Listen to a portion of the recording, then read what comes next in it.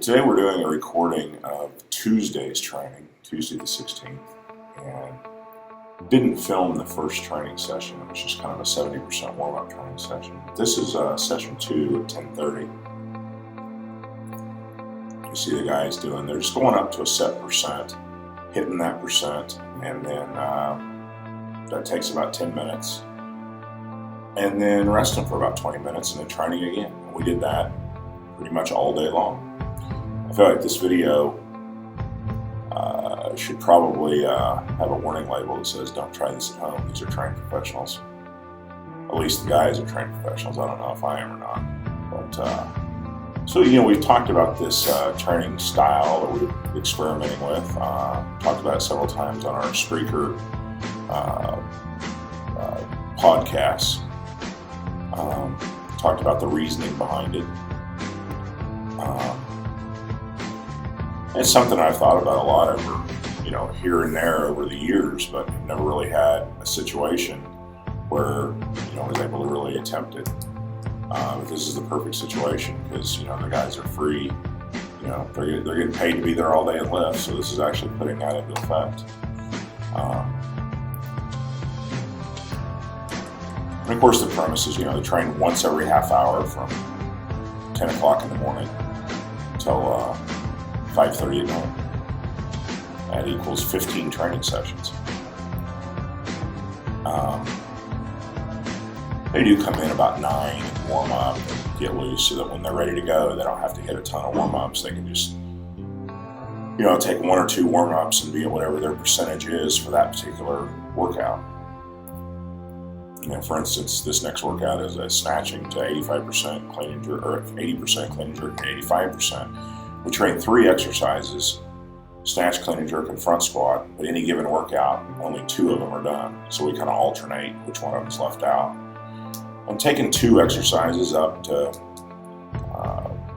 after the first 2 workouts, every exercise, every session is done either to 80, 85, or 90%. So you might have one session where you do a 90% front squat, but only an 85% clean and jerk. Another session where you might do a 90% snatch, but only a 80% front squat. But we just pretty much continue that all day. You just kind of get into a rhythm of doing a couple of workouts, or doing a workout, sitting down, eating an orange, 15-20 minute break, and get back on the bar and warm up quick and do another workout. 85% snatch, 90% clean and jerk, or 90% front squat. That's 85% for James.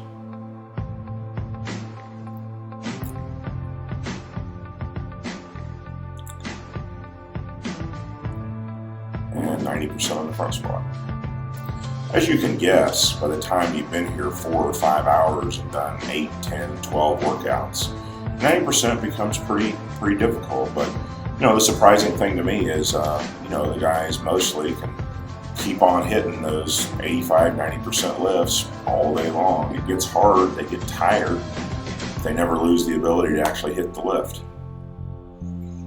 And if we continue with this, and I think we are for Mike Zella at least, and possibly Chris Good, they did this again Thursday, and surprisingly, they had a lot easier time with it Thursday than they did Tuesday.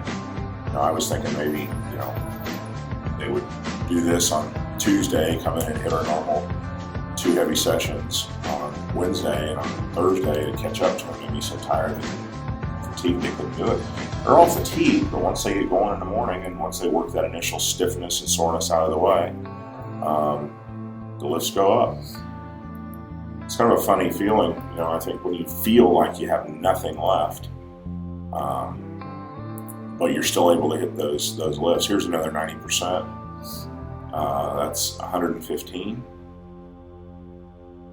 and 140 clean and jerk.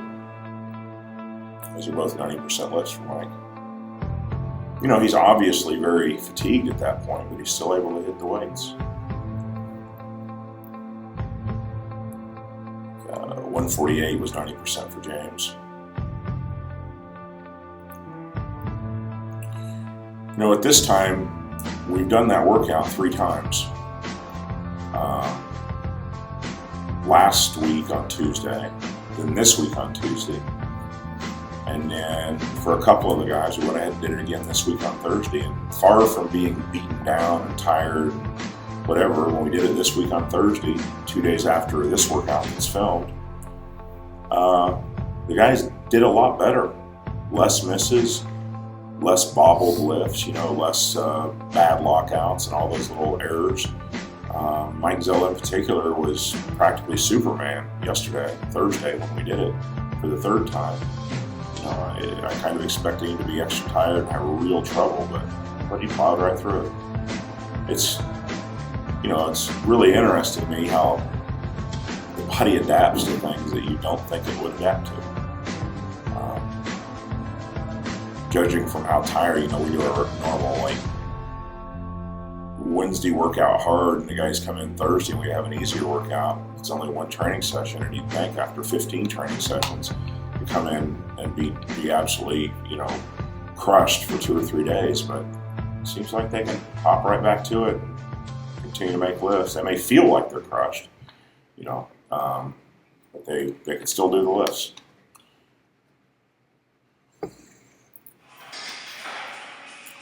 Yeah, this little coach's cam thing here is code words for we had to use Glenn's shitty camera instead of the photographer's camera that actually takes good quality video.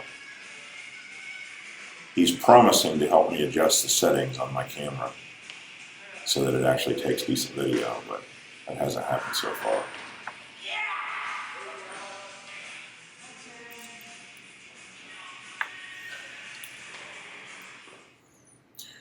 One of the things we're thinking about for the future is so far the 3 times we've used this training style, we've alternated back and forth between 80, 85, and 90% lifts. And I think for Mike Zell in particular, he seems to be reacting better than anybody else to it. We talked about, now that he's doing it fairly easy with those percents, increasing it to, say 82, 87, and 92%, seeing if he's able to handle that. From the way he looked on Thursday's training, I think he probably will be able to do it.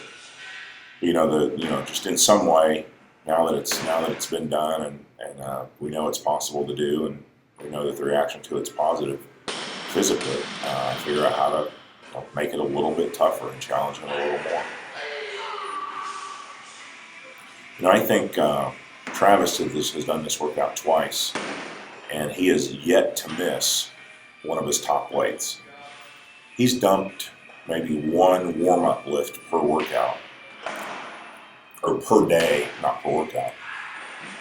Last Tuesday he missed one warm-up. This Tuesday, this workout, I think he missed one 60 kilo warm-up, just a stupid miss. But as far as his top weight during the session, he has not missed one yet. So, that's great consistency when you're talking about, in the snatch, out of the 15 workouts, we worked up on the snatch 12 times. And working up to 80, 85, or 90% of the snatch 12 times in one day and not ever missing one of your top weights, missing one warm-up each day out of all those times working out, that's consistency. That's why he's the number 1 ranked lifter on the Pan Am team this year. He can hit his lifts.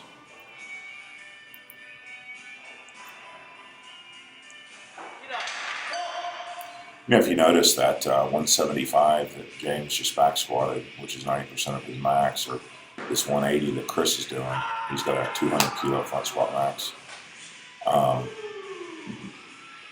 They're hitting those lifts after 8 hours of almost continuous lifting, just about as easy as they hit them midway through the morning.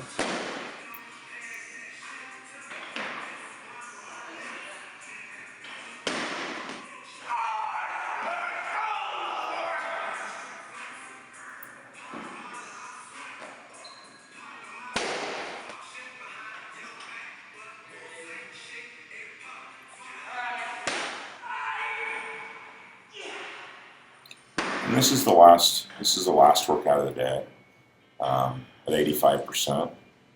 This is the time the elbows, start to bobble a little more and things like that. I found the biggest challenge is not so much been physical, but it's a mental challenge. You have to concentrate and get your mind back in that ready to lift, frame of mind 15 different times throughout the day. That's tough to do. But we first attempted this with a real thought that, the physical challenge would be, the hardest part. And it would really be difficult to come back the next day and train again. What we ended up finding is it really is the mental aspect of being able to get that intensity and mental concentration to do the lifts and relax between lifts so that you can recover a little bit. So don't try it at home, but it's coming along.